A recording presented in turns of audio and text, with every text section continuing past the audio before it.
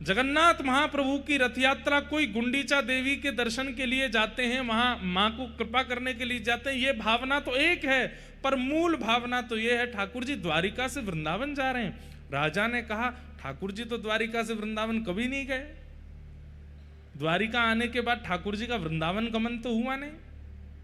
तब श्री चैतन्य महाप्रभु कथा सुनाते हैं, बोले कि एक बार गए। कब गए हैं? कुरुक्षेत्र में सूर्य ग्रहण हुआ था, और सूर्य ग्रहण के काल में सब द्वारिकावासी कुरुक्षेत्र पहुंचे हैं, और यहां से सब ब्रजवासी भी कुरुक्षेत्र पहुंचे हैं। ना तो ब्रजवासियों को पता है कि वहां द्वारिकाधीश और द्वारिकावासी आ रहे हैं, ना द्वारिकाधीश और द्वारिकावासियों को पता है कि यहां ब्रजवासी आ रहे हैं। केवल द्वारिकावासी और ब्रजवासी गए नहीं, पूरे भारतवर्ष के लोग वहां इकट्ठे हुए थे सूर्य ग्रहण पर यज्ञ करने के लिए। लेकिन जैसे सूर्य ग्रहण काल में वहां सब एकत्रित हुए, तब धीरे धीरे खबर उड़ने लगी, और उड़ते उड़ते ठाकुर जी तक पहुंची कि ब्रजवासी यहां आए हुए हैं। ब्रजवासियों का नाम सुनते ही, यहां आए हुए हैं सुनते ही, ठाकुर जी इतनी तत्परता से पूरी व्यवस्था में लगे थे। सूर्य ग्रहण में ऐसे यज्ञ होगा, ऐसे हवन होगा, ऐसे वेद पूजन होगा, पाठ होगा। लेकिन जैसे ही सुना कि ब्रजवासी आए, ठाकुर जी तो बल दाऊ दादा से बोल, दाऊ दादा आप ही संभालो, अब मैं संभाल नहीं पाऊंगा। चिंतित हो गए ठाकुर जी। इच्छा तो हो रही है मैं कैसे भी ब्रजवासियों के सन्मुख पहुंच जाऊं, लेकिन एक कदम बढ़ाते ही ठाकुर जी रुक जाते हैं। बोले किस मुंह से जाऊं? मैया पूछेगी लाला इतने दिनान बाद आयो है तो कहा जवाब दूंगो? नंद बाबा मुंह को गोद में उठावे को आएंगे तो मैं किस मुंह से उनकी गोद में जाऊंगो? मधुमंगल श्रीदामा तन सुखा मन सुखा धन सुखा, ये सबरे सखा, ये मोते कहेंगे लाला तेने बढ़िया सखा बनो हमारो, इतने साल है कि मिलो नहीं, मैं कहां उत्तर दूंगो? तो ठाकुर जी हर एक घड़ी बाद सोचते हैं कि अब मैं जाऊं ब्रजवासियों से मिलके आऊं, लेकिन फिर रुक जाते हैं, मैं कहां कहूंगा? सूर्य ग्रहण का समय आया, सुंदर स्वर्ण के सिंहासन पर ठाकुर जी को विराजमान किया गया। भारतवर्ष के कोने कोने से विप्रदेव आए हैं, कोई तुलसी अर्चन कर रहे हैं, कोई सहस्त्र कमल अर्चन कर रहे हैं, कोई पुष्प अर्चन कर रहे हैं, कोई रत्न अर्चन कर रहे हैं। सब ठाकुर जी के चरणों में कहीं से तुलसी चढ़ाई जा रही है, कहीं से पुष्प चढ़ाए जा रहे हैं। पर ठाकुर जी उस समय केवल नेत्र बंद करके ये बार बार विचार कर रहे हैं कि मैं परमात्मा हूं, मुझे कृपा करनी है। लेकिन बार बार ठाकुर जी भूल जाते हैं कि मैं परमात्मा हूं, फिर सोचते हैं मैं तो लाला हूं। यहां ब्रजवासी बाहर डोल रहे होंगे, यशोदा मैया नंद बाबा यहीं कहीं आसपास ही होंगी। जोर से सुगंधी भीतर लेते हैं कि वायु में कहीं नंद बाबा की हृदय की, यशोदा मैया की हृदय की सुगंधी मुंह को आ जाए। यहां नंद बाबा को पतो चली कि द्वारिकाधीश आए हैं, हमारो लाला आयो। नंद बाबा ने धीमे से जाकर के ये खबर यशोदा मैया को सुनाई। बोली अरी मेहर एक बात बताऊं? बोले कहा, हमारो लाला कन्हैया वो कुरुक्षेत्र में है। ये सुनते ही यशोदा मैया तो उठ खड़ी हुई, नेत्रों से कम दिखाई देता है। कहा सुनी मैंने, लाला कुरुक्षेत्र आयो है? बोले हाँ मेहर, लाला कुरुक्षेत्र में। भाव विह्वल हो गई, हाथ पकड़ लिए नंद बाबा के। बोले मुझे एक बार दिखाए दो, मुझे एक बार मिलाए दो। अब यहां नंद बाबा संकोच कर रहे हैं। यशोदा 100 से भी अधिक वर्ष हो गए हैं लाला को गए भय, और मैं और मेरे तेरे हृदय को भाव तो है ही कि लाला से मिलना है, पर वास्तविकता तो अब सबसे छुपी नहीं है कि लाला मूल रूप में बेटा तो देवकी वसुदेव को है ना। और अब तो वो द्वारिका को राजा बन गए है, सब वाकू राजा महाराजा कहकर के पुकारे हैं। हमने तो सुनी है 16,108 ब्याह है गए, बड़े बड़े राजघराने की कन्यांते वाको ब्याह भयो है। हम भोरे भारे से ब्रजवासी जामेंगे, हमको देख करके कहीं लाला को संकोच है गए हो तो कैसे जाएंगे? यशोदा मैया बोली यही संकोच को चिंतन करते करते जीवन निकल जाएगा। अरे मेरी एक इच्छा पूरी कर दो बस, अब पता ना कब प्राण चले जाएं, एक बार लाला को, एक बार मेरे कन्हैया को मुंह को दिखाए दो, मैं देखना चाहूं लाला के नैन नक्श अबहु वैसे ही हैं, हाथ पांव वैसे ही हैं कि कछु परिवर्तन आ गयो है, एक बार तो दिखाए दो। और श्री नंद यशोदा अति वृद्ध हैं, दोनों धीमे धीमे हाथ पकड़ करके जा रहे हैं, पूछते जा रहे हैं भैया ये द्वारिका वासी इनको शिविर कहां है? ये कथा श्री चैतन्य महाप्रभु सुना रहे हैं यहां के राजा को, और बता रहे हैं कि मूल रूप से रथ यात्रा क्यों होती है।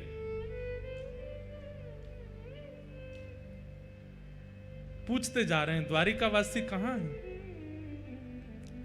जैसे ही द्वारिका के शिविर में पहुंचे, और वहां तो असंख्य लोग नर नारी घूम रहे हैं, और सब कोई माला जाप कर रहे हैं, कोई मंत्र जाप कर रहे हैं, कोई आराधन कर रहे हैं, कोई देव पूजन कर रहे हैं, क्योंकि अब ग्रहण काल है। नंद बाबा जाके बोले भैया हमारो कन्हैया कौन से कमरा में है, हमारो कन्हैया कौन से शिविर में है, हमारो कन्हैया कहां बैठो है। द्वारिका के लोग बोले कौन कन्हैया? अरे हमारो गोपाल। बोले कौन गोपाल? अरे हमारो लाला। बोले कौन लाला? अरे तुम्हारो द्वारिकाधीश। तो ऐसे बोलिए ना, क्या आप कन्हैया बोल रहे हैं, गोपाल गोविंद क्या बोल रहे हैं? राजा धीराज महाराज गौ ब्राह्मण प्रतिपालक वसुदेव नंदन देवकी नंदन श्री कृष्ण चंद्र भगवान, ऐसे कहिए। अब हम तो भैया बोले को ना इतना लंबो चौड़ा, हम तो वृंदावन ते आए, हम तो कन्हैया गोपाल गोविंद ही बोले, कहाँ हैं? अच्छा, वो सामने सभागृह है ना, वहां पर असंख्य ब्राह्मण देव उनकी अर्चना कर रहे हैं। आप लोग जाइएगा, कोने में खड़े होकर दर्शन कर लीजिएगा, अभी ग्रहण काल है, आराधना चल रही है, वहां पर विक्षेप मत कीजिएगा। नंद यशोदा बोले हाँ ऐसे ही करेंगे। ऐसी सभा थी, असंख्य लोग बैठे थे, और दूर आकर के नंद बाबा यशोदा मैया पीछे खड़े है गए। नंद बाबा ने प्रथम दृष्टि में जैसे ही ठाकुर जी को देखा, ठाकुर जी की अवस्था 100 वर्ष के आसपास हो गई है, लेकिन ठाकुर जी का यौवन आज भी बाल कृष्ण की तरह है, आज भी वैसे ही कमल नेत्र हैं, आज भी ठाकुर जी के गुलाबी गाल हैं, आज भी अभी तक मुख पे रेशे प्रकट नहीं हुए हैं, ये दाढ़ी मूछ आदि अभी ठाकुर जी के आई नहीं है। रोने लगे नंद बाबा। यशोदा मैया बोली कहां भयो? बोले अरे यशोदा तोको तो दिखेगो नहीं, लाला सामने ही बैठो है, मुंह को दिख रहा है। यशोदा मैया तो व्याकुल लगे, मुंह को लेके चलो, मुंह को समीप लेके जाओ, मैं देखूंगी लाला को। ना अभी मना करिए ना, सबन ने पीछे खड़ी रहे। यहां यशोदा मैया थोड़ी हट करने लगी, जिद करने लगी, पीछे के लोग थोड़े से अव्यवस्थित जैसे हो गए, सब कहने लगे थोड़ी शांति रखिए, ठाकुर जी की आराधना चल रही है। और वो शांति कराते कराते कराते थोड़ी आगे तक आवाज आई तो भगवान के नेत्र खुले कि ये ऐसी अव्यवस्था कहां हो रही है। और जैसे ही ठाकुर जी ने नेत्र खोल करके पीछे देखा, 80 बरस के थे नंद बाबा जब लाला भये, आज कितनी अवस्था है ठाकुर जी की। नंद बाबा 200 वर्ष के आसपास है, बड़ी दाढ़ी, वयोवृद्ध स्वरूप है गए नंद बाबा को। जैसे ही ठाकुर जी ने नंद बाबा देखे, और नंद बाबा के बगल में खड़ी भाई यशोदा मैया हट कर रही है, मुंह को लाला से मिलनो है। ये दृश्य जैसे ही ठाकुर जी ने देखा, आराधना तो सब भूल गए। वहां पर जितने ब्राह्मण खड़े, हाथ में रत्न की आराधना, कोई तुलसी की आराधना, कोई कमल की आराधना, वेद मंत्र बोल रहे हैं, साक्षात वेद प्रकट होकर के ठाकुर जी की आराधना कर रहे हैं। ठाकुर जी तो सब भूल भाल गए, तुरंत कूदे हैं अपने सिंहासन से और दौड़ करके गए, और जाकर के मैया मैया मैया कहते हुए ठाकुर जी गए, और जाकर के श्री यशोदा मैया की गोद में अंग में अंक से लगाया नहीं है। जैसे एक छोटा बालक दौड़ करके बहुत दिन बाद परदेश से आए हुए पिता की गोद में उछल करके लपक जाता है, गोद में चढ़ जाता है, ऐसे ही ठाकुर जी यशोदा मैया की गोद में चढ़ गए ऊपर। अपने दोनों पैरन से मैया की कमर पकड़ ली, हाथन से मैया को अंग पकड़ लियो, और रुदन करने लगे, मैया की गोद में चढ़ गए।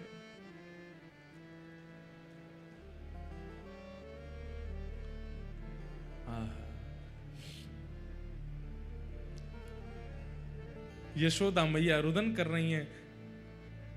इतनी अवस्था ठाकुर जी की हो गई, 16,108 ब्याह हो गए, प्रत्येक पत्नी से संतान भी हो चुकी हैं और संतानों के भी ब्याह हो चुके हैं। उस अवस्था में ठाकुर जी यशोदा मैया की गोद में चढ़ गए और मैया की गोद में जाते बहुत देर तक तो रुदन करते रहे और थोड़ी देर बाद मैया के वक्ष पर अपना हाथ फेरन लगे और बोले, मैया मुझे बहुत दिना से भूख लग रही है, मैं अभी तक तृप्त ना भय हूं, मैया मुझको अपना दूध पिवा, अब ही पिवा। अब द्वारिकाधीश नहीं है, अब वृंदावन चंद है। छोटे से लाला को जैसे गोद में मैया लेती है, ऐसे ही ठाकुर जी को लेकर के बीच आंगन में बैठ गई। चारों तरफ द्वारिकावासी देख रहे हैं, नंद बाबा खड़े हैं बगल में और श्री यशोदा मैया लाला को अपने पयोधर का पान करा रही हैं। 200 वर्ष की वयोवृद्धा यशोदा मैया ने जैसे ही अपना पयोधर ठाकुर जी के मुख में दिया, अपने आप दुग्ध प्रकट होने लगा और ठाकुर जी दूध पान कर रहे हैं। रुक्मणी जी घुटनों पर बैठे बैठे रुदन कर रही हैं। सत्यभामा, जामवती, जितनी सब भगवान की पटरानियां हैं, इस दृश्य को देखकर के कोई आश्चर्यचकित हो रही है, ये क्या देख रहे हैं हम। सबके कान में खबर पड़ी कि यशोदा मैया है। जैसे ही पता चला यशोदा मैया, सब द्वारिकाधीश, द्वारिका के लोग अपने अपने स्थान पर ही दंडवत प्रणाम करने लगे। यशोदा मैया की जय हो। यही है यशोदा मैया।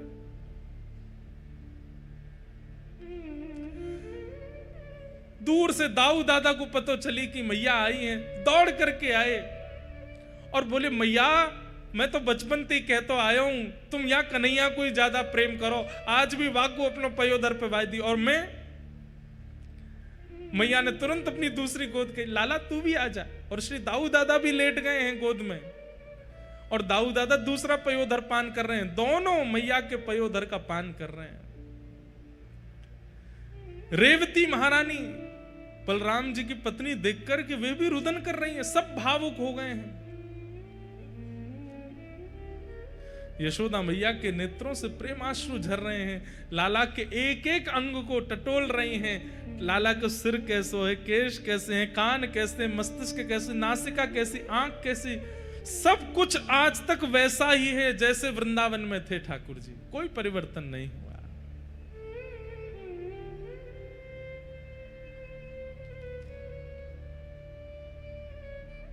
देवकी मैया को पता चली कि यशोदा जी आई हैं।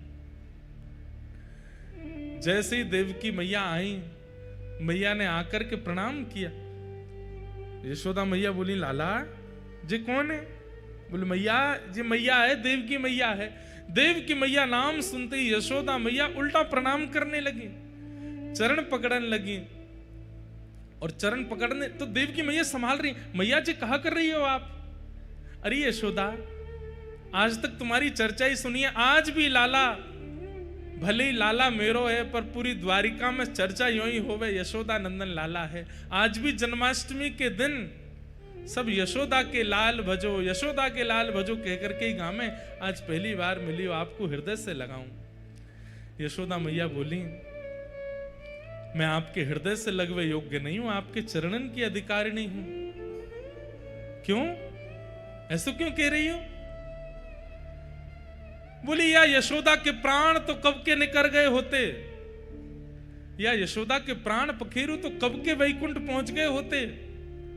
अगर देवकी ने कन्हैया को जन्म देकर के वृंदावन नहीं पहुंचो होतो तो यशोदा को अस्तित्व नहीं है। तो आपने कृपा करके लाला को जन्म दियो और जय लाला वृंदावन आयो, हमारो जीवन बन के, हमारो सार बन के, हमारो सर्वस्व बन करके आयो, हमें सर्वस्व प्रदान करवे के काज में आपके चरणन को प्रणाम करूं। और हंसी में यशोदा मैया कहने लगी, मैया तो आप ही हो, मैं तो लाला की धाई मां हूं।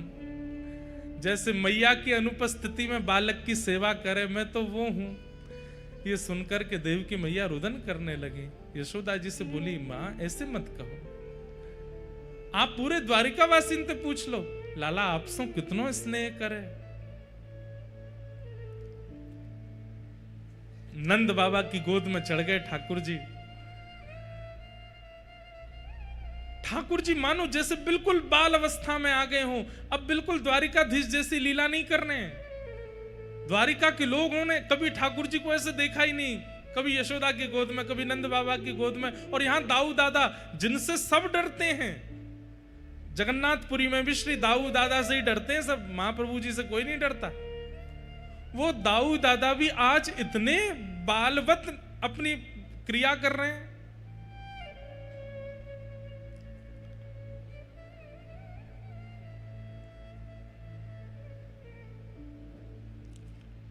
तभी ठाकुर जी के कान में खबर पड़ी, श्री राधा रानी भी आई हैं।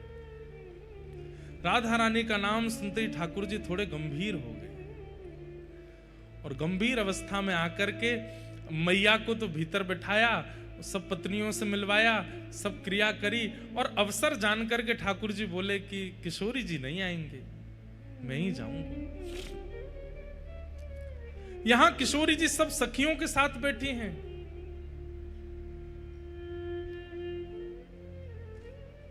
तभी बैठी बैठी किशोरी जी अचानक कहती हैं, ललिता ऐसो क्यों लग रहा है कि द्वार पर श्री कृष्ण आए हैं, तू देख तो। ललिता जी बोली, कृष्ण नहीं आए हैं, हमें अभी अभी पता चली है कि उनकी तो आराधना चल रही है, बड़े बड़े विप्रदेव आकर के उनकी अर्चना कर रहे हैं, वो बड़े व्यस्त हैं, वो कहां से आ जाएंगे यहां पे। किशोरी जी बोली, नहीं ललिता, तू एक बार जाकर के देखना, मुझको ऐसा लग रहा है द्वार पर श्री कृष्ण खड़े हैं। विशाखा जी बोली, आपको क्यों ऐसा अनुभव हो रहा है। किशोरी जी बोली, अभी अभी जो ब्यार चली ना वायु की, वह ब्यार में श्री कृष्ण के तन की सुगंधी है, और ये सुगंधी आज 100 वर्ष बाद मेरी नासिका को प्राप्त भई है। मेरा हृदय मयूर नृत्य कर रहा है, मुझको पूर्ण रूपेण विश्वास है, तुम द्वार पे जाके देखो श्री कृष्ण खड़े हैं। ललिता विशाखा जैसे ही गई और जैसे ही द्वार से पर्दा हटा करके देखा, लाल नेत्र हैं ठाकुर जी के, अश्रु बिंद भरे हैं नेत्रों में, और श्याम सुंदर चुपचाप खड़े हैं नीची नजर करके, और खड़े खड़े मानो जैसे कोई कहने में तो थोड़ी अतिशयोक्ति लगती है, लेकिन अत्यंत व्याकुल व्यक्ति या अत्यंत आत्मग्लानि से भरा हुआ व्यक्ति होता है, जिसे बस ये लगता है मैं मुख कैसे दिखाऊं। ऐसे ठाकुर जी दोनों हाथ समेटे नीची नजर खड़े वहां खड़े हैं। देख करके तुरंत समस्त अष्ट सखियां आदि सब गोपियों ने सब तुरंत दंडवत प्रणाम किया। आज 100 वर्ष की प्रतीक्षा के बाद ठाकुर जी दिखे। ललिता विशाखा जी बोल रही हैं, लेकिन मुख से शब्द नहीं प्रकट हो रहे हैं। कह रही हैं, श्याम सुंदर आप यहां क्यों खड़े हैं, भीतर चलिए, किशोरी जी बुला रही हैं। ठाकुर जी बस सिर हिला के इशारा कर रहे हैं, मैं अधिकारी नहीं हूं भीतर जाने का। यहां भीतर किशोरी जी व्याकुल हो रही हैं और बार बार बस यही देख रही हैं, इतना समय, इतना विलंब क्यों लग रहा है, क्यों नहीं आ रहे हैं श्याम सुंदर। जैसे ही किशोरी जी बाहर निकलने के लिए अपने आसन से उठी, तभी ललिता जी बोली, देखो श्याम सुंदर आप भीतर नहीं जा रहे, किशोरी जी बाहर आ रही हैं। जैसे ही ठाकुर जी ने सुना कि किशोरी जी आ रही हैं, तो अरे वो क्यों श्रमित हो रही है, मैं चल रहा हूं ना भीतर। तुरंत ठाकुर जी भीतर गए, और आज 100 वर्ष के पश्चात किशोरी जी की दृष्टि के सामने ठाकुर जी हैं, और ठाकुर जी की दृष्टि के सामने श्री किशोरी जी हैं। शब्द नहीं है। ये द्वारिका व्रज मिलन जब हुआ है कुरुक्षेत्र में, उस समय वार्ताएं नहीं हुई हैं, केवल सब मौन हैं, एक दूसरे को देख करके ही आनंदित हो रहे हैं। सबके मन में बस एक ही भाव आ रहा है कि बोल करके किसी संवाद को प्रारंभ क्यों करें। इतने वर्ष बाद नेत्रों को श्याम सुंदर दिखे, देख लो इन्हें। ठाकुर जी किशोरी जी के चरणों में बैठ गए, और चरणों में बैठ करके कहना तो चाहते हैं कि मुझे क्षमा कर दो, लेकिन कह नहीं रहे हैं। केवल हाथों से जब चरण स्पर्श किए, तो स्पर्श मात्र से किशोरी जी को यह अनुभव हो रहा है कि ठाकुर जी क्षमा प्रार्थना कर रहे हैं। बंधुओं, प्रेम की एक अवस्था है, ध्यान से सुनिएगा, कि हमारा प्रेमी भले ही हमसे दूर चला जाए, हमारा प्रेमी भले ही हमसे बात ना करे, हमारा प्रेमी भले ही हमें वर्षों तक दिखाई ना दे, लेकिन फिर भी उसके प्रति हमारे चित्त में दोष उत्पन्न ना होना, यह प्रेम का स्वरूप है। ठाकुर जी द्वारिकाधीश बन गए, 16,108 ब्याह हो गए, इतना सब कुछ हो गया, लेकिन ब्रजवासियों ने कभी कोसा नहीं ठाकुर जी को। छलिया, कपटी आदि आदि जो भी कहती हैं, कहने के बाद तुरंत अपनी बातों को समाप्त कर देती हैं। जोई जोई प्यारो करे सोई मोहे भावे, भावे मोहे सोई, जोई सोई सोई करे प्यारे। श्री हितरवंश महाप्रभु हित चतुराशी जी के प्रथम पद में कहते हैं, प्रेम का स्वरूप क्या है? ठाकुर जी जो करें, प्रेमी हमारा जो करे, हमें सब स्वीकार है। ब्रजवासियों ने कभी शिकायत नहीं की ठाकुर जी से। आज 100 वर्ष थोड़े होते हैं, यहां कोई 10 दिन हमसे बात ना करे तो हम लोग उसके प्रति व्यंग कसने लगते हैं। 100 वर्ष बाद ठाकुर जी मिले हैं, फिर भी किशोरी जी, सब गोपियां, सखियां, नंद बाबा, यशोदा, किसी ने शिकायत नहीं की ठाकुर जी से। ये प्रेम का स्वरूप है। ठाकुर जी जिस प्रकार किशोरी जी के चरण कमलों का स्पर्श कर रहे हैं, किशोरी जी समझ गई हैं कि ये मुझसे क्षमा प्रार्थी हो रहे हैं। तुरंत किशोरी जी नीचे बैठ गई, हाथ पकड़ लिए, बोले आप क्या कर रहे हैं? ये इस प्रकार आप चरण क्यों छू रहे हैं? ठाकुर जी कह रहे हैं, मुझे बहुत आत्मग्लानि हो रही है। आप ब्रजवासियों को जो कष्ट, जो पीड़ा, जो विरह मैंने दिया है, उस विरह से मुझे बहुत कष्ट हो रहा है।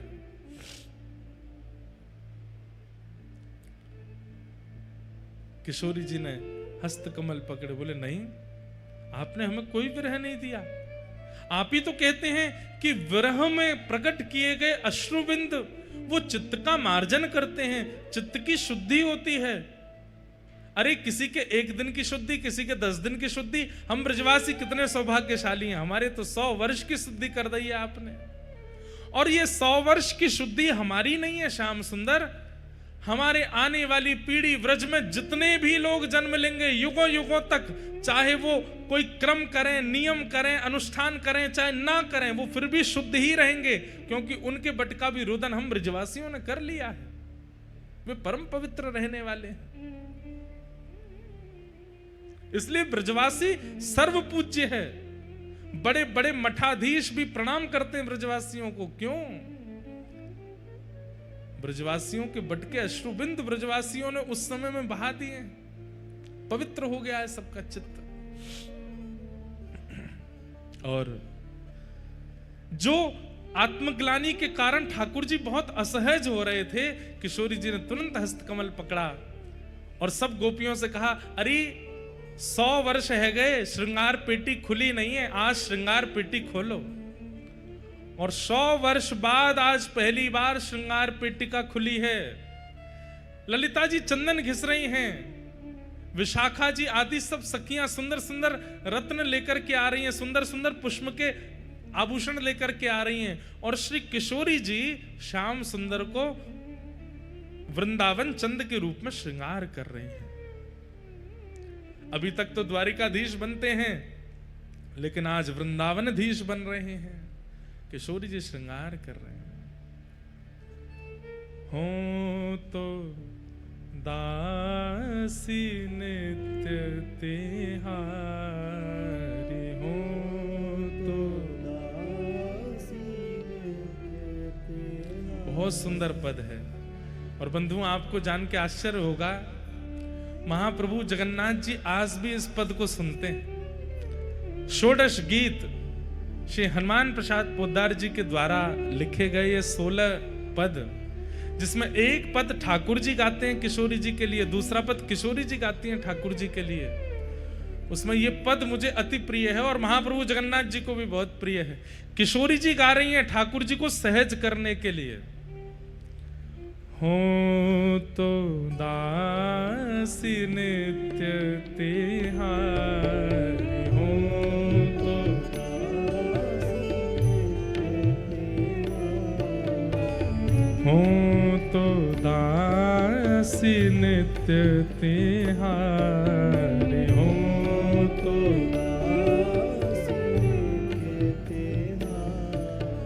हो तो दासी नित्य तिहारी, हो तो दासी नित्य तिहारी। प्राणनाथ जीवन धन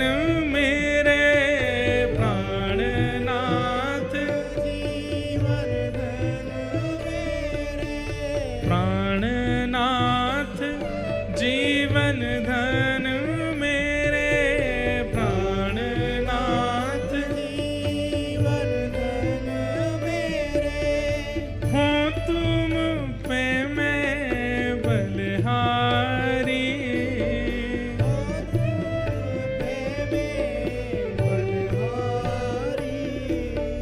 हो तो दासी नित्य तिहारी, हो तो दासी। बंधुओं, जो ठाकुर जी के प्रति वात्सल्य भाव रखते हैं उनके लिए अलग भाव है, जो ठाकुर जी के प्रति सख्य भाव रखते हैं उनके लिए अलग भाव है, लेकिन जिनका भी ठाकुर जी के प्रति दासी भाव है और ठाकुर जी की वह स्वयं को गोपी मानते हैं, ठाकुर जी को प्रियतम मानते हैं, उनको ये पद याद कर लेना चाहिए और नित्य अपने ठाकुर जी को शयन कराते समय ये पद गाना चाहिए। हो तो दासी नित्य तिहारी, हो तो दासी नित्य। शब्द सुनिएगा। चाहे तुम अति प्रेम करो, चाहे तुम अति प्रेम करो, तन मन सो मोह बिसराओ, तन मन सो मोह बिसराओ। आप स्वीकार करो तो भी मैं राजी हूं, आप मुझे ठुकरा दो तो भी मैं राजी हूं। हाँ, तन मन सो मोह बिसराओ, तन मन सो मोह बिसराओ। और चाहे द्रोह करो त्रासो मोहे, चाहे द्रोह करो त्रासो मोहे, और दुख देह मोहे छिटकाओ, और दुख दे मोहे छिटकाओ। हो तो दासी नित्य तिहारी, हो तो दासी नित्य तिहारी, हो तो दासी नित्य तिहारी, हो तो दासी नित्य तिहारी। तुमरो सुख ही है मेरो सुख, तुमरो सुख ही है मेरा सुख, आन न कछु सुख जानो, आन न कछु सुख जानो। जो तुम सुखी हो मेरे दुख में, जो तुम सुखी हो मोरे दुख में, अनुपम सुख हो मानो, अनुपम सुख हो मानो। हो तो दासी नित्य तिहारी, हो तो दासी नित्य तिहारी, हो तो दासी नित्य तिहारी, हो तो दासी नित्य और तिहारी। दास का भाव क्या है? मैं अपने सुख के लिए कुछ नहीं करता, आपको सुख मिले उस क्रिया से मैं सुख भोगता हूं। सुख भोगूं तुमरे सुख कारण, सुख भोगो तुम्हारे सुख कारण, सुख भोगूं, सुख भोगूं मतलब मैं सोऊंगा भी केवल इसलिए ताकि सुबह उठ करके आपकी सेवा में मुझे आलस ना आवे। मैं पाऊंगा भी इसलिए ताकि मेरे शरीर में वह शक्ति आवे कि मैं आपके दर्शन कर सकूं। मैं अपने लिए कुछ सुख नहीं भोगूंगा। कहते हैं कि जगन्नाथपुरी के गंभीरा में जब चैतन्य महाप्रभु सोते नहीं थे, पाते नहीं थे, तब राय रामानंद आदि जो सेवा में रहते थे वे जाकर के महाप्रभु जी के चरणों में प्रणाम करते कि महाप्रभु जी कुछ पा लीजिए। तब तब महाप्रभु जी मना करते, मुझे सुख नहीं है। तब महाप्रभु जी के संग में सेवक जन जो थे वे आचार्य चरण कभी कभी झूठ बोल देते और वे कहते, आपको जगन्नाथ जी से मिलना है ना, आप चाहते हैं ना कि श्याम सुंदर आपसे मिलने के लिए आए, तो अति सहज अति सरल चेतन महाप्रभु बन जाते और कहते, हाँ मैं तो चाहूं कि वो मुझसे मिले। बोले वो तभी मिलेंगे, कल मुझे मिले थे, मुझसे मिलके कह रहे थे मैं कृष्ण चैतन्य से मिलूंगा। सुनते ही महाप्रभु जी आनंदित हो जाते, ठाकुर जी ने तुमसे कहा वो मुझसे मिलेंगे, कहां मिलेंगे, कब मिलेंगे? लेकिन उन्होंने तो कहा है वो तब मिलेंगे जब आप प्रसाद पाओगे। चैतन्य महाप्रभु तुरंत कहने लगते, जल्दी लेकर के आओ, जल्दी भात परोसो, जल्दी दालमा दो, जल्दी मुझे पवाओ। वो प्रसाद पाते, खूब प्रेम से पाते और पाने के बाद तुरंत पकड़ लेते। अब बताओ ना, मैंने प्रसाद पा लिया, कब मिलेंगे? तब दूसरे सेवक बोलते हैं, कल रात्रि ठाकुर जी मुझे भी मिले थे। अच्छा, कहाँ मिले थे, कैसे लग रहे थे, क्या कह रहे थे? ठाकुर जी कह रहे थे, बोले कृष्ण चैतन्य यदि शयन करेंगे तो मैं उनसे मिलूंगा। तुरंत महाप्रभु जी लेट जाते, चद्दर ओढ़ लेते और जल्दी जाओ बाहर, यहां से दिए बुझा दो, मैं शयन करूंगा, क्योंकि ठाकुर जी ने कहा है शयन करूंगा तो वो मुझसे मिलेंगे। ऐसे सेवक जन महाप्रभु जी को बहाना दे दे करके सुलाते हैं, खिलाते हैं, अपनी इच्छा से नहीं सोते, अपनी इच्छा से नहीं पाते हैं। प्रेम मार्ग बहुत कठिन है बंधुओं, या तो इस मार्ग में आइएगा नहीं, और आइएगा तो आपसे बड़ा सौभाग्यशाली कोई नहीं।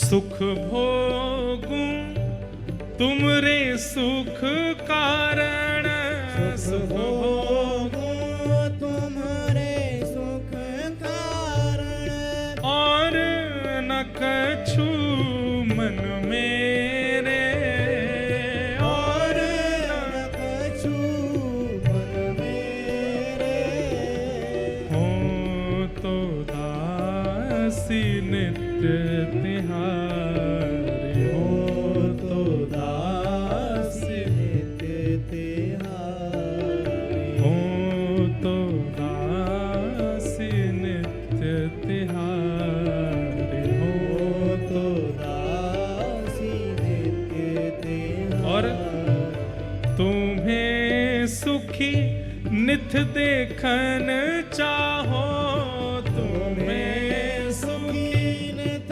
देखन चाहो, तुम्हें सुखी नित देखन चाहो, तुम्हें सुखी नित देखन चाहो, निस दिन सांझ सवेरे,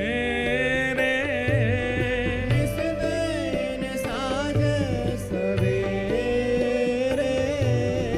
तुम्हें सुखी देखन हित, तुम्हें सुखी देखन हित, निज तन मन को सुख देने, निज तन मन को सुख देने, हो तो दासी नित्य प्यारे, हो तो दासी नित्य तिहारी, हो तो दासी नित्य तिहारी, हो तो दासी नित्य तिहारी। तुम्हें समर्पण कर अपने को, तुम्हें समर्पण कर अपने को, नित तब रुचि को सेने, नित तब रुचि को सेने, तुम्हें समर्पण कर अपने को, तुम्हें समर्पण कर अपने को, नित तब रुचि को सेना, नित तब रुचि को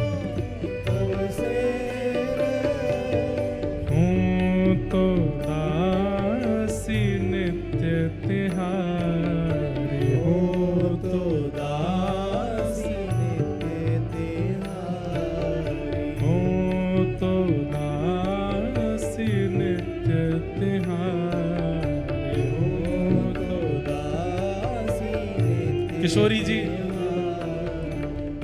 इतना दासत्व प्रकट कर देती हैं, स्वयं को दासी भाव में इतना ले आती हैं, ठाकुर जी से अब सहन नहीं होता।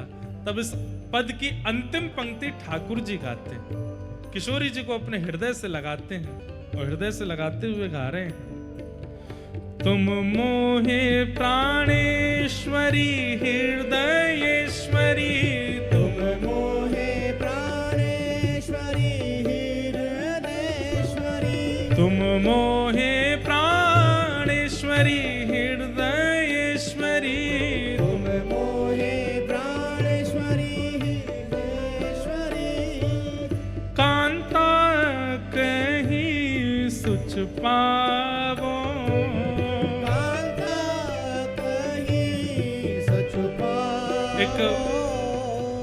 यहाँ पर ठाकुर जी क्या कह रहे हैं, आप मेरी प्राणेश्वरी हो, आप मेरी हृदयेश्वरी हो, ये सब बातें मत कहो। अरे मैं तो ऐसा हूं। बोले कैसा? कोई अगर आपको मेरी कांता कहता है और मुझे आपका कांत कहता है तो मुझे तो मीठी मीठी शर्म आती है और बहुत अच्छा लगता है। ठाकुर जी कह रहे हैं जब मैं आपका कांत हूं, ये कोई कह देता है और मैं सुन लेता हूं, मुझे बहुत सुख मिलता है। आप मेरी कांता हो, ये मैं सुन लेता हूं तो ये सुनकर के मुझे बहुत सुख मिलता है। इसीलिए हमने कहा कि ठाकुर जी के सामने जाके कहे करो, बोल वृषभानु के जमाई की। ठाकुर जी बड़े खुश है जाएं, ठाकुर जी इतने आनंद में आ जाएं, बोले किसी रूप में मैं आपका कांत हूं और आप मेरी कांता हो। किसी ने ये बात आकर के कही, ये मुझे बहुत सुख मिलता है। हे राधा कांत, हे प्रिया कांत, हे वृंदावनेश्वरी कांत, जब ये कहकर के हम ठाकुर जी को संबोधित करते हैं, ठाकुर जी फूल जाते हैं, आनंद में आ जाते हैं। कभी अगर ठाकुर जी को बहुत प्रसन्न करना हो तो सुक्ति दे रहे हैं, किशोरी जी के अनंत नामों का उच्चारण करो और हर नाम के आगे ठाकुर जी से कहो कांत। आप कांत हो, आप राधा के कांत हो, आप सर्वेश्वरी के कांत हो, आप ब्रजेश्वरी के कांत हो, आप रम्या के कांत हो। राधा सहस्त्र नाम का उच्चारण जगन्नाथ जी के सामने कीजिए, पर एक बीच में संबोधन कर लीजिए, हर नाम के आगे कांत कह दीजिए, आप कांत हैं। महाप्रभु जगन्नाथ जी इतने प्रसन्न हो जाएंगे, इतने प्रसन्न हो जाते हैं ठाकुर जी। जब कोई अष्ट सखाओं का एक पद भी है, अभी ढूंढ करके सुनाऊंगा। उस पद में अष्ट सखा कह रहे हैं कि ठाकुर जी किशोरी जी से कहते हैं कि अरे जब सखा आपस में चर्चा करें और चर्चा करते भाई यूं कह दें ना कि भैया इन दोनों की तो जोड़ी है, लाला तो हमारो लाली को कांत है। अरे श्यामाजू मैं कहा बताऊं, मेरे मन रूपी मयूर ऐसे नृत्य करें, मेरे तन की रोएं ऐसे खड़े हो जाएं, मैं तो लत्ता सहित जमुना जी में कूद जाऊं, आनंद में नृत्य करन लगूं, झूम झूम करके गाऊं, आनंदित है जाऊं। क्यों मोकू आपको कांत कह दियो कोई ने? इतना प्रिय है ठाकुर जी को। सब स्तुतियां गाओ, सब अर्चनाएं करो, पर किशोरी जी के नाम के आगे कांत शब्द प्रयोग करके ठाकुर जी को सुनाओ और ये कहते हुए कि इनके आप कांत हो, इनके आप पति हो। और राधा कृपा कटाक्ष कहने का अवसर नहीं हो, ठाकुर जी के सामने जाके सीधे कह दो, बोल बरसाने के जमाई की, वृषभानु के जमाई की, कीर्ति मैया के लाला की। लाला तो नहीं है, दामाद हैं, जामाता की जय हो। ठाकुर जी खुश हो जाते हैं। एक और है, बोले कहा श्री दामा के जीजा जी की जय हो। ठाकुर जी खुश हो जाते हैं। किसी रूप में मुझे कांत तो बताया। तुम मोहे प्राणेश्वरी हृदयेश्वरी, तुम मोहे प्राणेश्वरी हृदयेश्वरी, कांता कहीं सुच पावो, कांता कहीं सच पावो। ठाकुर जी के सामने जाकर के किशोरी जी के नाम गाओ और हर नाम के आगे कांत कहो, और श्री बरसाना में किशोरी जी के सामने जाके गोपाल सहस्त्र नाम गाओ और गोपाल जी के नाम के आगे कांता कहो। इनकी कांता है किशोरी जी, हमारो प्रणाम स्वीकार करो। किशोरी जी को भी सुख मिलता है। तो दासी नित्य तिहारी हो तो दासी नित्य तिहारी हो तो दासी नित्य तिहारी हो तो दासी नित्य तिहारी याते हो स्वीकार करो सब याते हो स्वीकार करो सब यद्यपि मन में सकुचाओ यद्यपि मन में सकुचाओ वैसे तो मेरे मन में बहुत संकोच होवे किशोरी जी, पर कोई आपको कांत कहकर के मुंह को बुलावे तो मैं वाकु स्वीकार करूं, मुझको बहुत आनंद आवे। हो तो दासी नित्य तिहारी हो तो दासी नित्य तिहारी हो तो दासी नित्य तिहारी हो तो दासी नित्य तिहारी हो तो दासी नित्य तिहारी हो तो दासी नित्य तिहारी। अपने संपूर्ण कथा समय काल में हमने आज ये तीसरी बार पद गाया होगा, इससे पहले 2 बार और गाया है। और हमारी एक बात है कि हमको जो बहुत प्रिय लगता है वो सबसे कम बोलते हैं, सबसे कम गाते हैं कथा में। जो बहुत प्रिय होता है वो सबसे कम उसका प्रयोग करते हैं कथा में। किशोरी जी और ठाकुर जी का कुरुक्षेत्र में रास विहार हुआ। ठाकुर जी ने 100 वर्ष बाद रास किया। पूरे ब्रजवासियों के पास खबर फैल गई कि द्वारिकाधीश कन्हैया हमारो आए गयो है। सब ब्रजवासी इकट्ठे है गए और सबने आए करके लाला पकड़ लिए। वो लाला तू परसों की कह के गए, बरसों बीत गए, लौट के नहीं आए हो वृंदावन। दाऊ दादान को कछु सखान ने घेर लिया और ठाकुर जी को सब ब्रजवासी और द्वारिकावासी सब एक हो गए। और द्वारिकावासी भी ठाकुर जी के चरणों में प्रणाम करके निवेदन करने लगे, हे ठाकुर जी, इन ब्रजवासियों का इतना प्रेम, इतना स्नेह है, वचन निभा दीजिए ना। द्वारिका से तो वृंदावन फिर भी दूर है, कुरुक्षेत्र के तो पास ही है। ठाकुर जी ने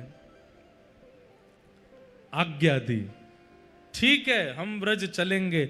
और तब सब ब्रजवासियों ने आनंद में भर के महाराज सुंदर सुंदर रथों का निर्माण किया।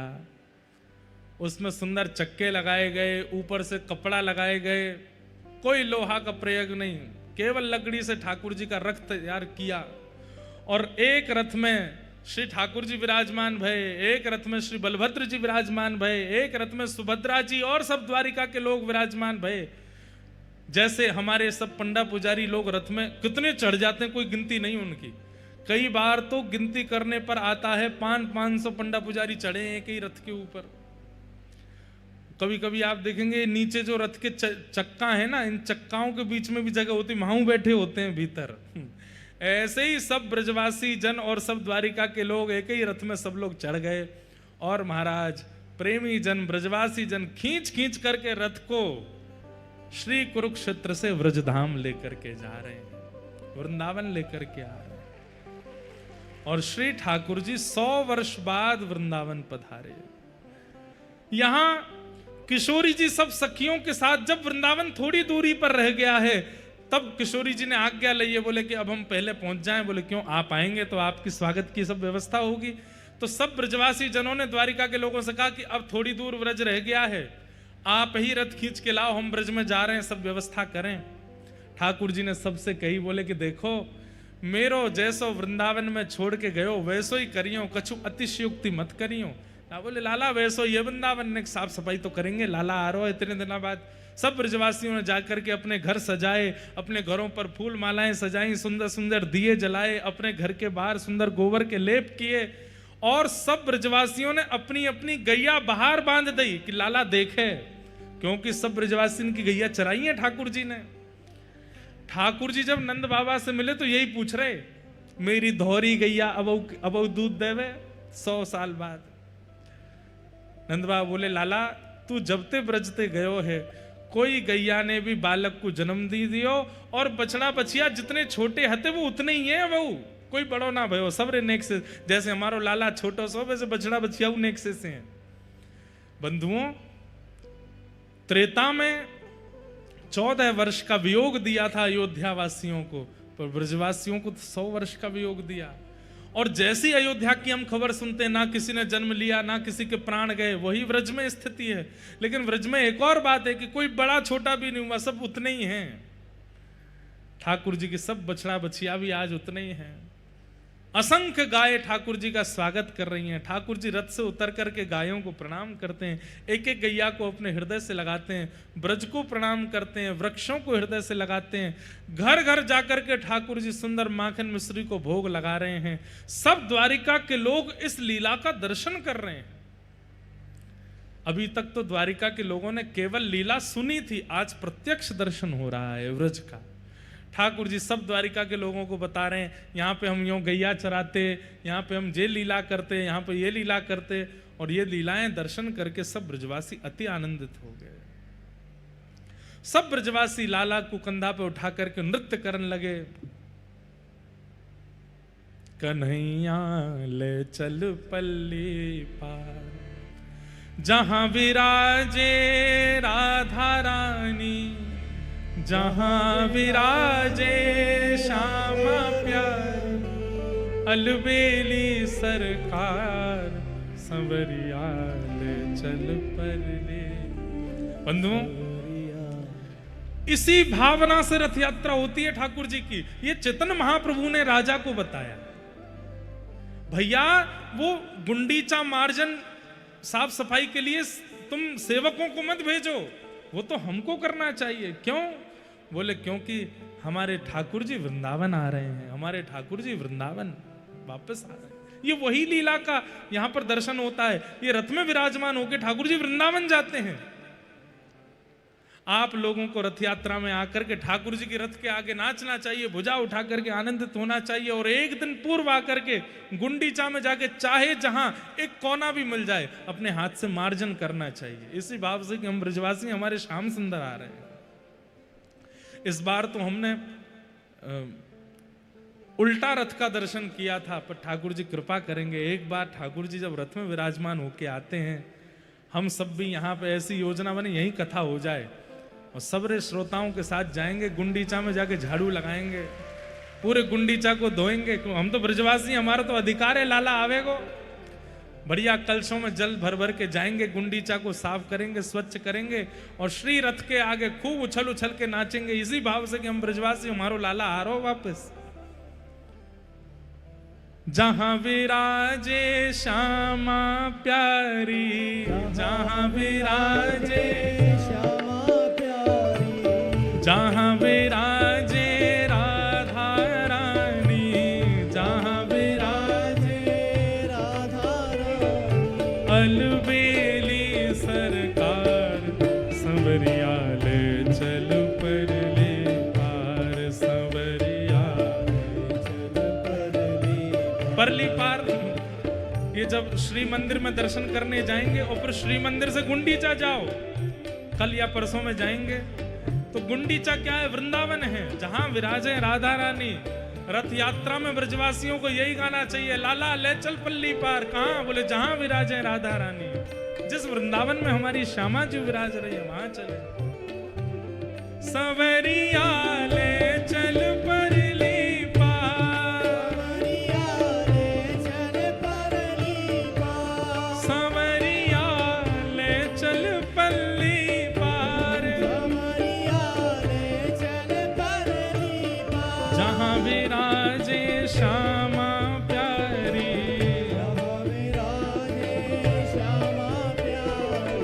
जहां विराजे वृषभानु दुलारी, अलबेली सरकार, संवरिया ले चल परले पार,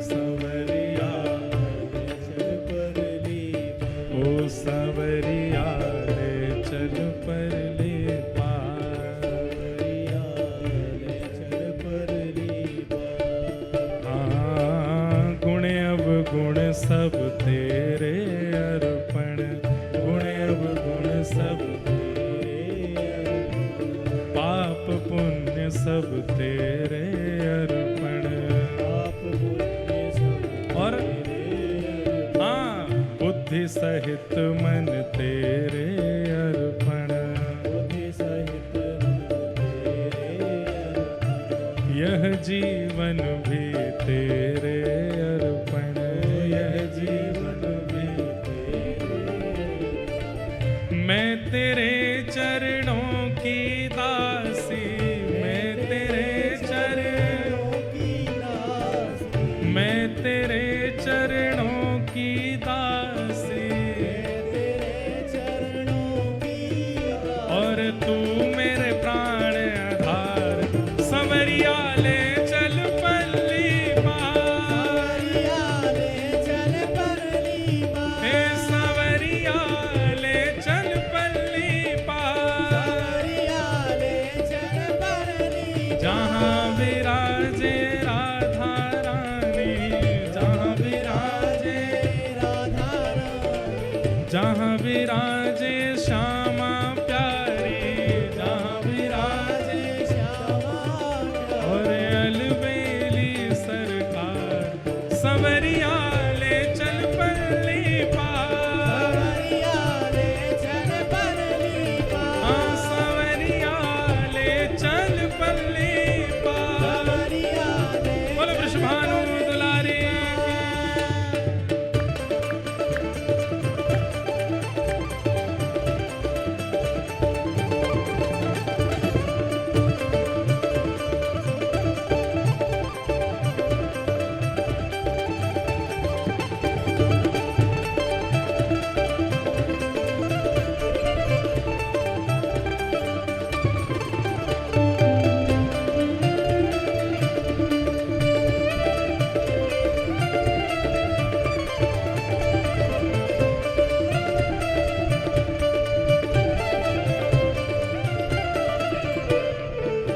और यहाँ यशोदा ही गुंडीचा मैया के रूप में क्या कह रही हैं?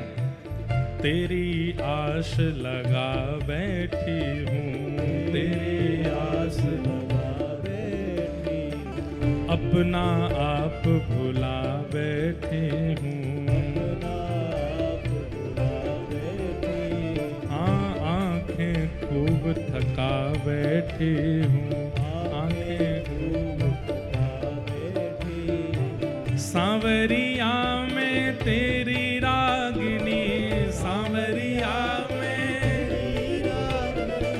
सांवरिया में तेरी रागिनी, संवरिया में तेरी राग, और तू मेरा राग मल्हार, संवरिया ले चल पल्ली पार, संवरिया चल परली पार, हे संवरिया ले चल पल्ली पार, संवरिया ले चल परली पार, सांवरिया में तेरी रागिनी, सांवरिया में, तेरी राग, ओ सांवरिया में तेरी रागिनी, सांवरिया में, तेरी राग, और तू मेरो राग मल्हार, संवरिया ले चल पल्ली पार, संवरिया ले चल परली हे संवरिया ले चल पल्ली पार, संवरिया ले चल परली पार, जहाँ विराजे वृषभानु दुलारी, विराजे वृषभानु दुलारी, हे श्यामा प्यारी, प्यारी वृषभानु दुलारी, ओ मेरी श्यामा प्यारी, श्यामा प्यारी, वृषभानु दुलारी, दुलारी, जहाँ विराजे श्यामा प्यारी, विराजे श्यामा प्यारी, अलबेली सरकार, संवरिया ले चल पल्ली पार, चल परली पार, हे संवरिया ले चल पल्ली पार, संवरिया ले चल परली हे नाथ नाथ नाथ भजो नाथ जगन्नाथ, नाथ नाथ नाथ भजो नाथ जगन्नाथ, हे नाथ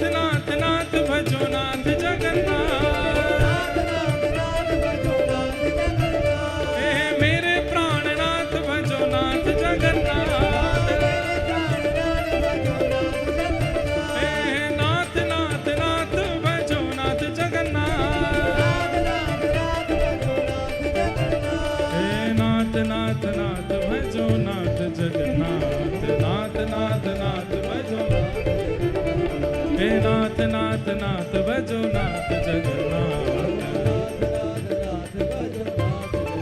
हे मेरे प्राणनाथ भजो नाथ जगन्नाथ,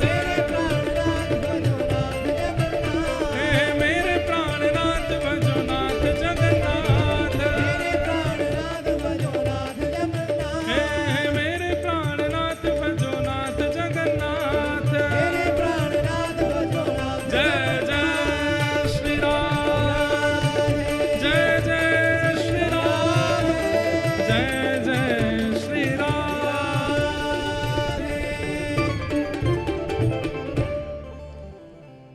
संवरिया ले चल पल्ले पार, संवरिया ले चल परले पार, जहाँ विराजे प्यारी श्यामा प्यारी, जहाँ विराजे प्यारी श्यामा प्यारी, अलबेली सरकार, संवरिया ले चल पल्ले पार, संवरिया ले चल परले पार। श्री जगन्नाथ महाप्रभु की। तो रथ यात्रा का मूल रूप क्या है? महाप्रभु जगन्नाथ जी पहली बात तो अपने वचन निभाते हैं, जो मैया से कहकर के गए कि मैं परसों आऊंगा, उस भावना की पूर्ति ठाकुर जी करते हैं। और दूसरी भावना श्री चैतन्य महाप्रभु प्रकट करते हैं कि कुरुक्षेत्र ग्रहण काल के समय श्री ठाकुर जी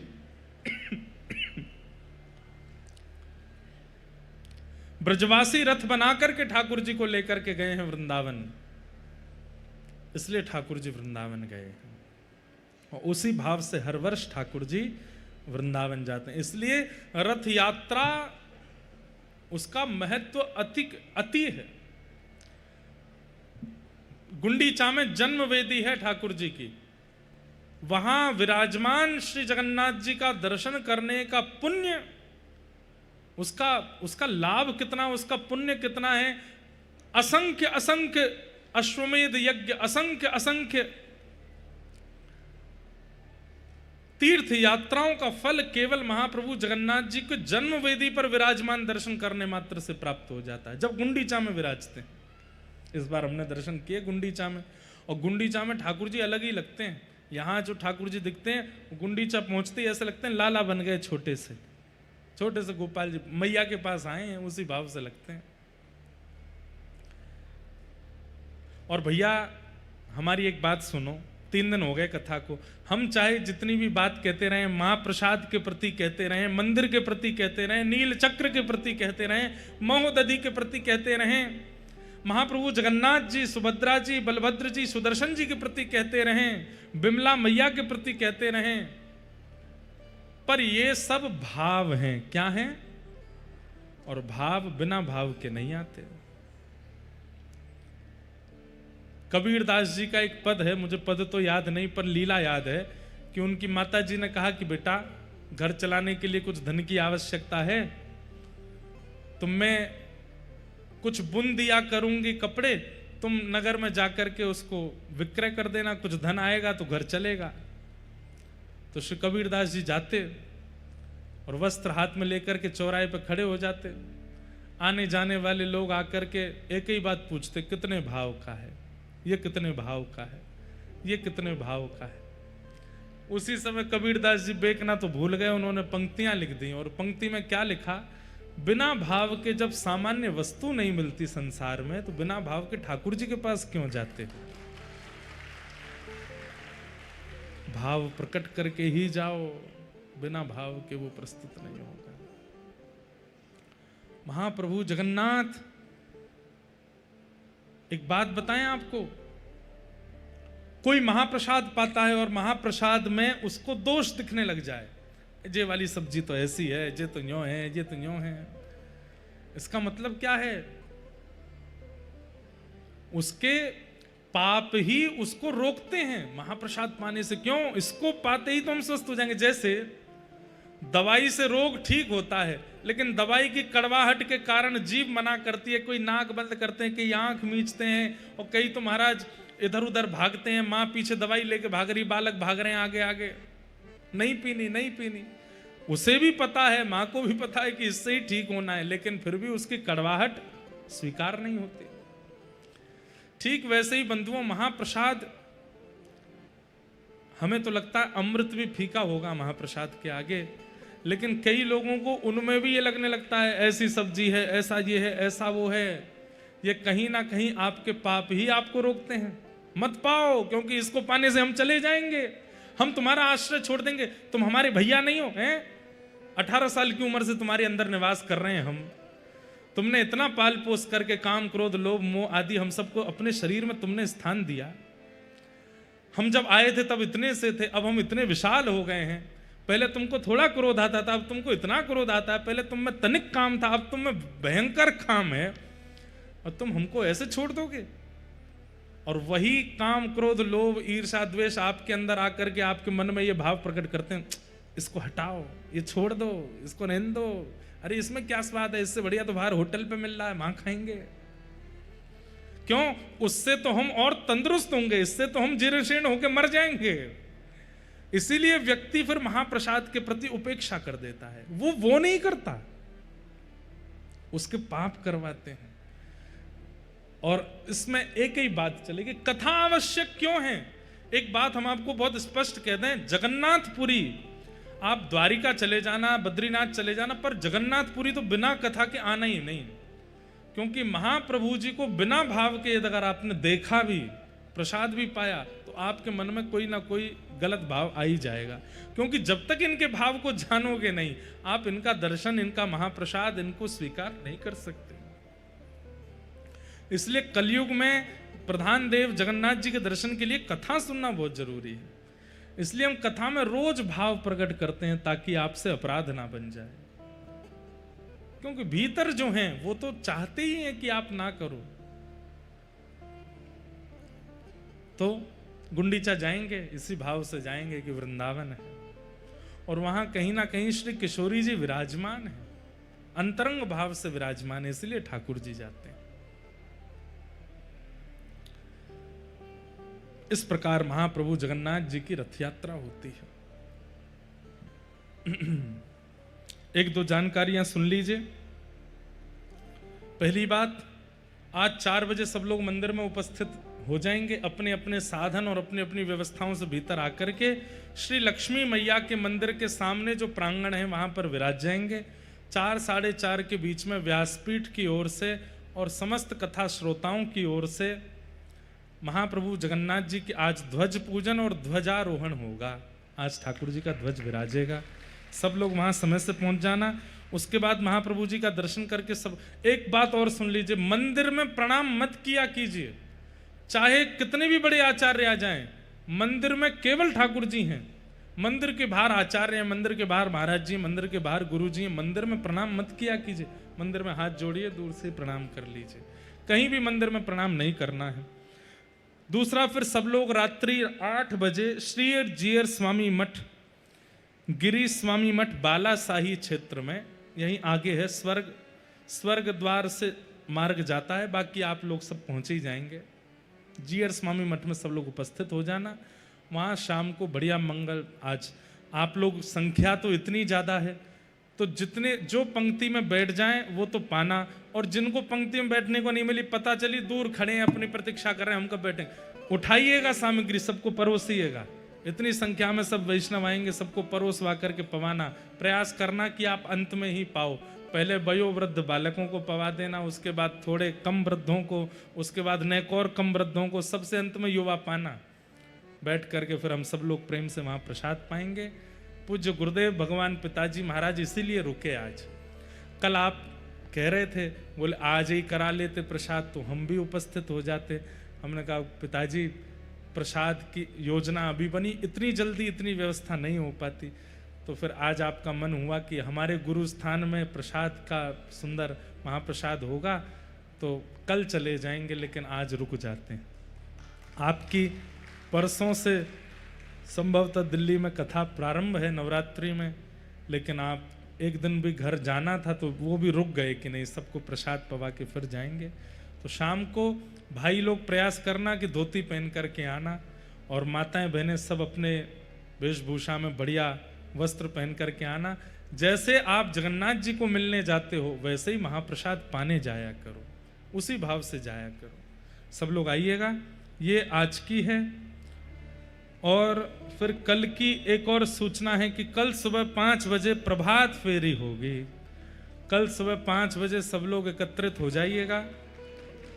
स्टैचू ऑफ विवेकानंद, श्री विवेकानंद जी का सुंदर प्रतिमा है, वहां से विवेकानंद, स्टैचू ऑफ विवेकानंद, सी बीच थाना, वहां सब लोग उपस्थित हो जाइएगा। और वहां से हम लोग नाचते गाते हुए हरिनाम संकीर्तन करते हुए श्री मंदिर तक जाएंगे, मंदिर के बाहर तक जाएंगे और वहां प्रेम से ठाकुर जी को आनंदित कराएंगे। हमारे सुंदर दिव्यदास जी आए हैं हिसार से। ठाकुर जी के जन्मोत्सव में भी प्रभात फेरी की सेवा आपको प्राप्त है। प्यारे गिरधर लाल जी के जन्मोत्सव में भी प्रभात फेरी की सेवा आपकी है। इस बार के ठाकुर जी के जन्मोत्सव में तो आपको ढाणी लीला की सेवा दी जा रही है। ठाकुर जी का इस बार बरसाना में उत्सव है ना, तो वहाँ ठाकुर जी के भाव से किशोरी जी का जन्मोत्सव मनाया जाएगा इस बार।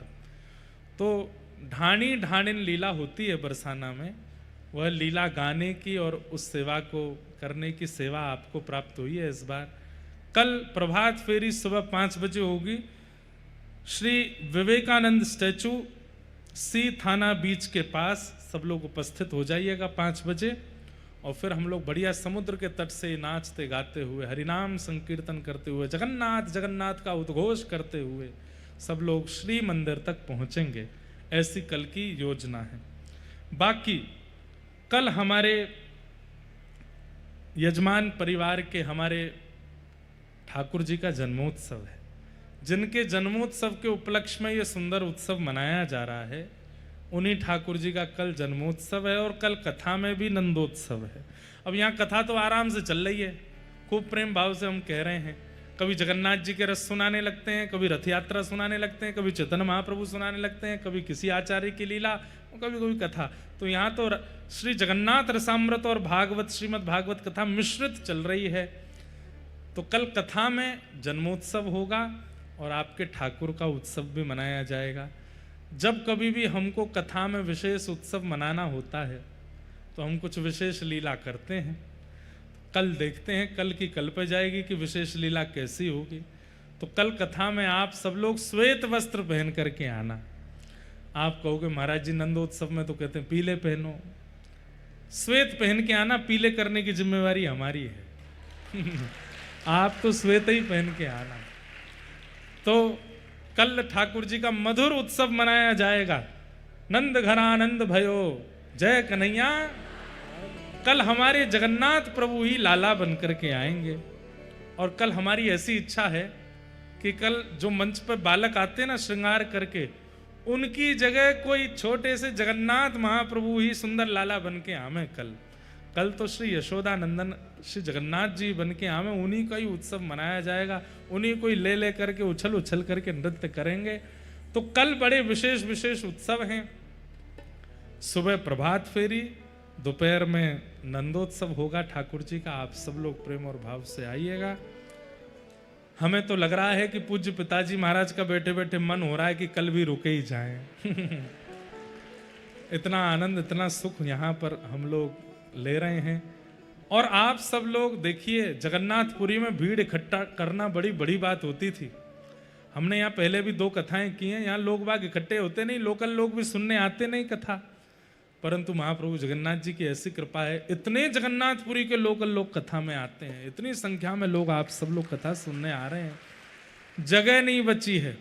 कल तो हमको यहाँ व्यवस्था करानी पड़ेगी कि महाप्रभु जगन्नाथ जी का जो आगे द्वार बना है उनको कहीं विराजमान करेंगे, ताकि लोग बाग जो खड़े हैं वो बैठ सकें, प्रेम से कल उत्सव मन सके ठाकुर जी का।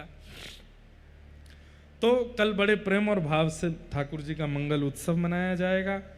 ये जानकारी, और कोई जानकारी रह तो ना गई भैया? हम थे हैं, सबरी है गई। तो शाम को मंदिर में मिलेंगे, रात्रि में जीयर स्वामी मठ में मिलेंगे, सवेरे थाना पे मिलेंगे, थाना पे थाने थाने थाने पे क्यों मिल रहे हैं? देखो इसके पीछे भी कारण है। थाना क्या है? बंधन। थाना क्या है? बंधन। और जब हमारी कल सुबह प्रभात फेरी शुरू होगी, उससे पहले हम बंधन में हैं, लेकिन ज्यों ज्यों नृत्य करते हुए कहां जाएंगे? श्री मंदिर तक। और श्री मंदिर क्या है? मुक्ति द्वार। थाना यानी बंधन द्वार से जाएंगे मुक्ति द्वार। थाना है मानो जन्म स्थान, और श्री मुक्ति द्वार यानी कि श्री मंदिर है वैकुंठ।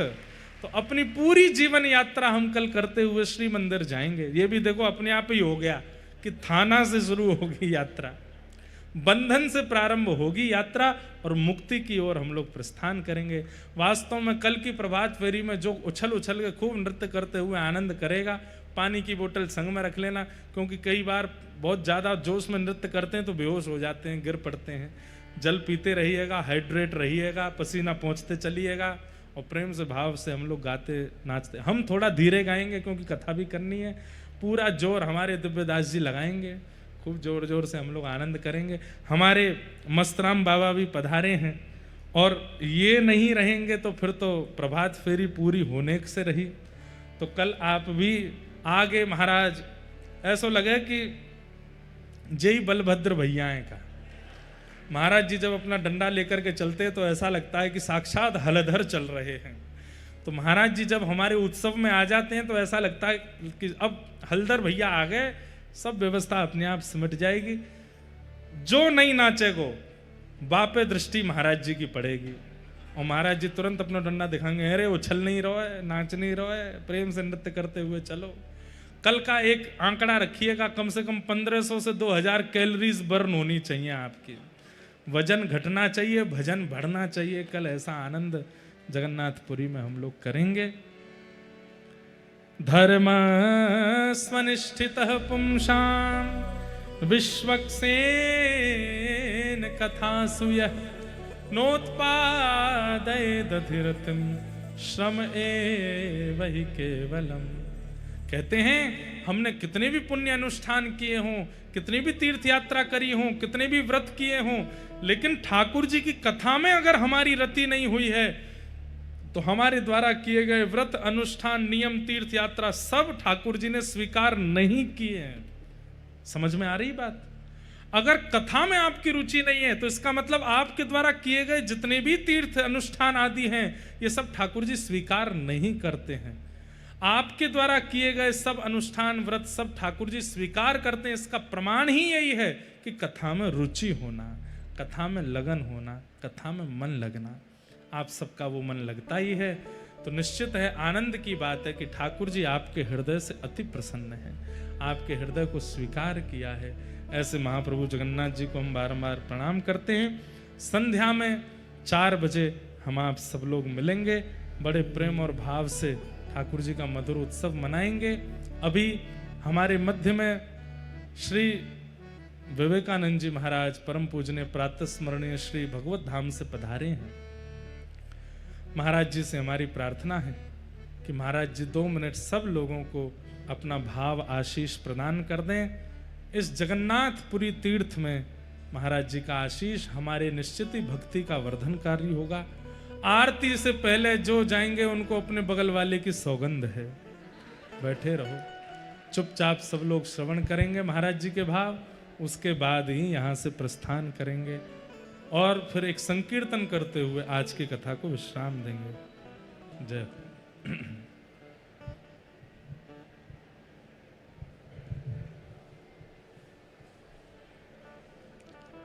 हरि ओम।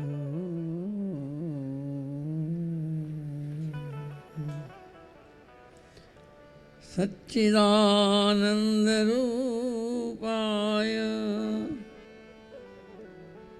विश्वोत्पत्त्यादिहेतवे तापत्रय विनाशाय श्री कृष्णाय वयं नमः। मूकं करोति वाचालं पङ्गुं लङ्घयते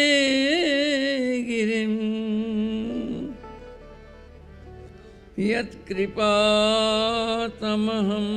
वन्दे परमानन्दमाधवम्।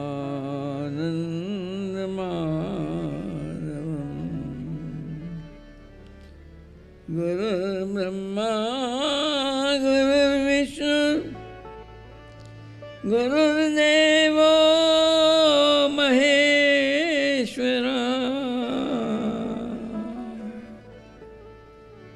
गुरुः साक्षात् परं ब्रह्म तस्मै श्री गुरवे नमः। तस्मै श्री गुरवे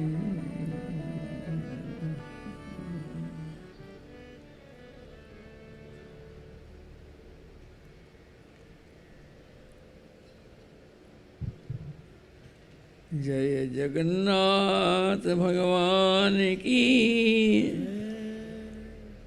जगन्नाथ भगवान की शिवा के बिहारी लाल की श्रीमद्भागवत भगवान की महर्षि वेद व्यास जी महाराज की शुकदेव जी भगवान की श्री सद्गुरुदेव भगवान की जुगल जोड़ी सरकार की सब संतन हरि भक्तन की हर हर महादेव।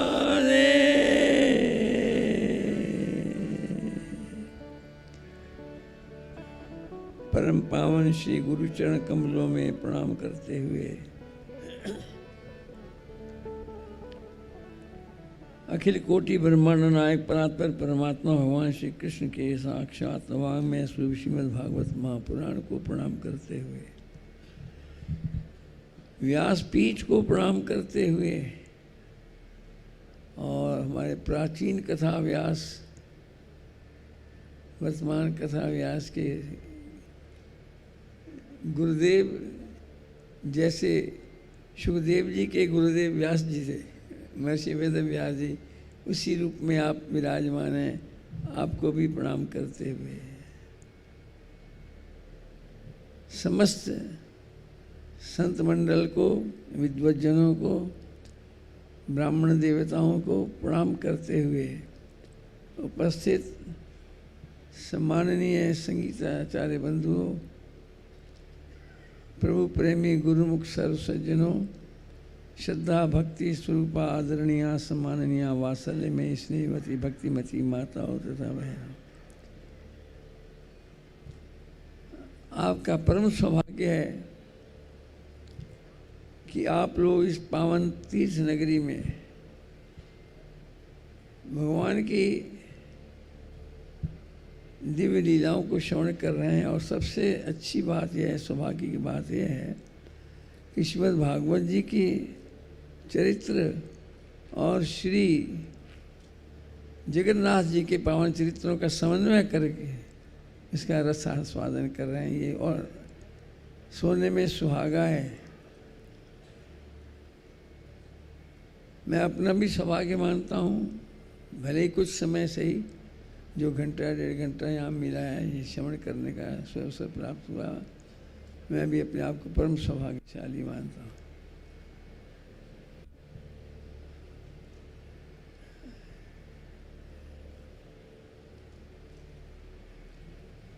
भाव के बिना जीवन बेकार है। अंत में भाव की चर्चा सुन रहे हैं।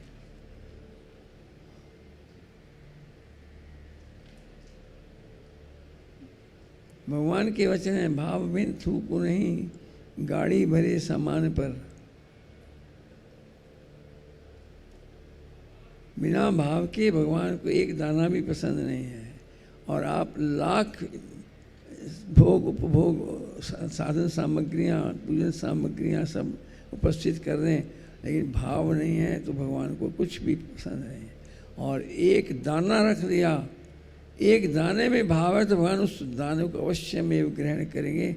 ये ठाकुर जी की अपनी विशेषता है।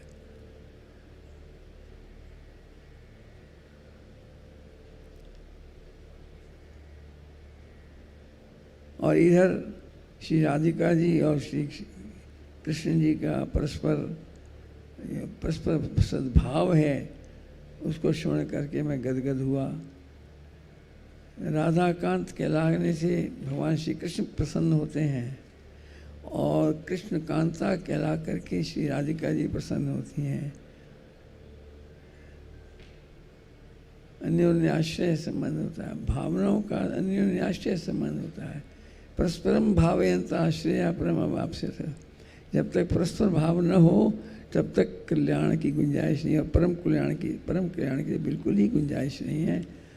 नारद भक्ति सूत्र में तत् सुखे सुखित्वम, प्रेम में अपने प्रेमी को सुख कैसे मिले उसी में अपना सुख मानते हैं। अपने सुख की चिंता नहीं करते बल्कि अपने प्रेमी के सुख की चिंता करते हैं। यह भाव कथा में मिल रहे थे। 2 मिनट के लिए कहा था, मैं समझता हूँ 2 मिनट हो गए होंगे, समय पर्याप्त हो चुका है। कोई भी प्रसंग और उठाते हैं तो समय चाहिए, इसलिए हम अपनी वाणी को ही विराम देते हैं। कथा व्यासपीठ के आदेश का पालन होना था, वो पालन कर लिया। इति शम। बोलिए श्री बांके बिहारी लाल की।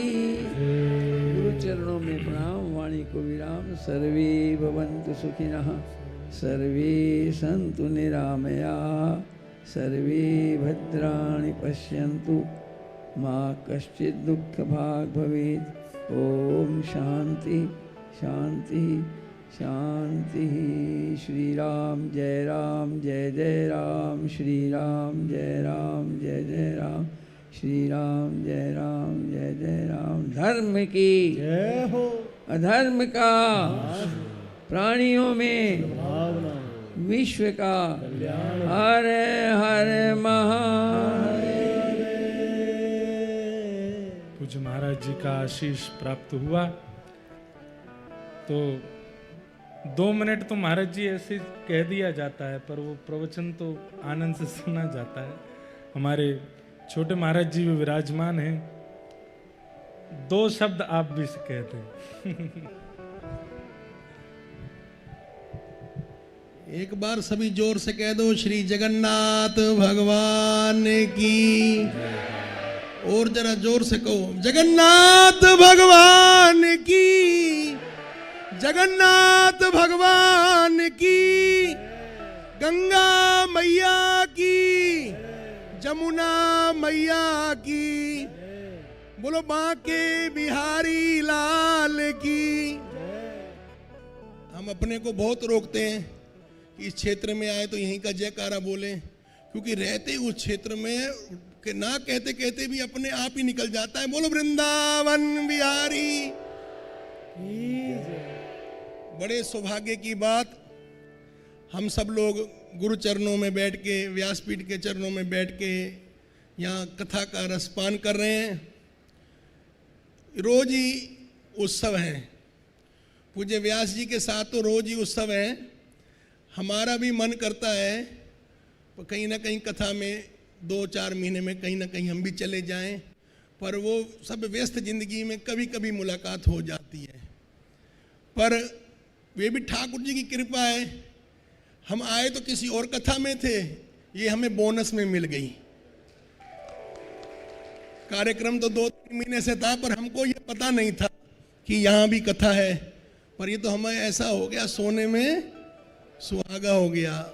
तो ये बड़ी ऊंची बात है। और कल हम और रहेंगे, परसों हमारी वापसी है, क्योंकि कड़ी पकोड़ा बेसन का और रास्ता पकड़ो स्टेशन का। आप 2 दिन बाद पकड़ोगे, हम कल ही पकड़ लेंगे। सबने जाना है, इसलिए हम पर सब पर भगवान जगन्नाथ जी की कृपा है।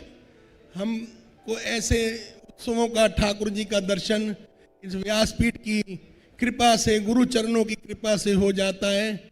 और सब महापुरुषों का दर्शन, महाराज जी ने कहा गंगा यमुना का मिलन हो रहा है, तो ऐसा युगल मिलन हो रहा है, इसमें सब हम गोते लगा रहे हैं, हम बड़े भाग्यशाली हैं। किसी कवि ने लिखा, पूरब की कमाई हमने पश्चिम में खाई है, पूरब की कमाई हमने पश्चिम में खाई है, आगरे की खेप हमने कभी ना चलाई है, दिल्ली के दलालों ने तो सौदा ही बिगाड़ दिया और पटियाले के चक्कर में जगाधरी भी गवाई है। नाभा के लोग कहें लाहौर ला, लाहौर ला, फिर नाभा को छोड़ के फिर सहारनपुर जाइए, फिर सहारनपुर से कोई बस मिल जाए, ट्रेन मिल जाए, फिर हरिद्वार या वृंदावन जाइए। पूरब की कमाई है, हमको जगन्नाथ धाम आने का अवसर मिला, तो इसलिए एक बार जोर से कहो जगन्नाथ भगवान। आगरे की खेप, आगे के लिए कौन सा बीज बो के जा रहे हो, आगे के लिए कौन सी कमाई कर रहे हो? ये कथा सुन रही है, ये आपके रजिस्टर में लिखी जा रही होगी कि आप लोग कथा के यहाँ श्रोता बने हो, भगवान आपसे बहुत प्रसन्न होगा।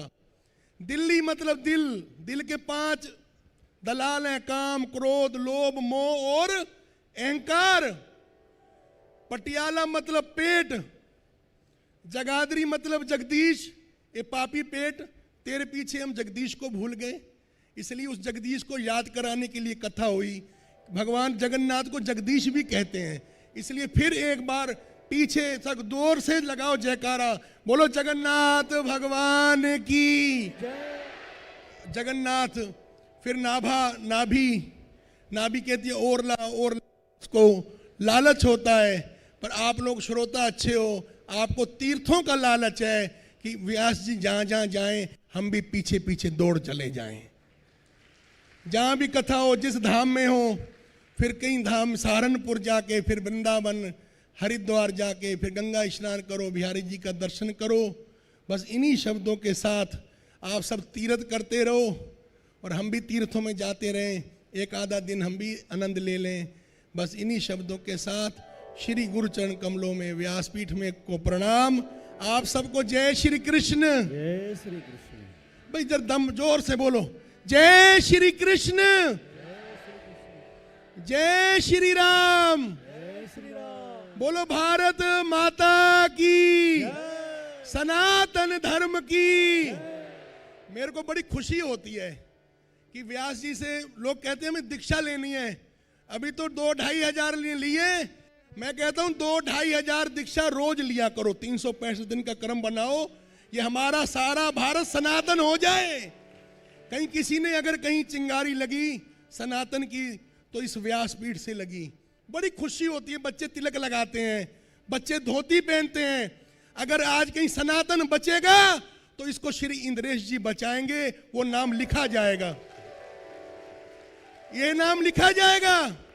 आप कहीं दुनिया भर में कोई कुछ भी कहे, पर आज सनातन का डंका बज रहा है। भारत में किसी कोने में चले जाओ, किसी गांव में चले जाओ, किसी कस्बे में चले जाओ, लोग पूछ लेते हैं, हमसे भी कह देते हैं ना हमारी क्या हो वक़्त, लोग हमसे पूछते हैं आपको हमने कहीं इंद्रेश जी की कथा में लाइव देखा। अरे हम घूमते फिर फक्कड़ लोग हैं, पर आप लोग ऐसी कथा सुन रहे हो। बस हमको तो कुछ नहीं चाहिए, केवल सनातन चाहिए, केवल, जरा आप भी बोल दो, सनातन धर्म की, सनातन धर्म की। बस सनातन पे काम हो और सभी महाराज जी से जुड़े, यही हमारी प्रसन्नता है। जय श्री कृष्ण, जय श्री राम। आइए हम सभी लोग आरती की तरफ चलते हैं। हमारे यजमान परिवार के लोग सभी मंच में आ जाएं। आरती अति पावन पुराण के, आरती अति पावन पुराण की, धर्म भक्ति विज्ञान खान की, भक्ति विज्ञान खान की, महापुराण भा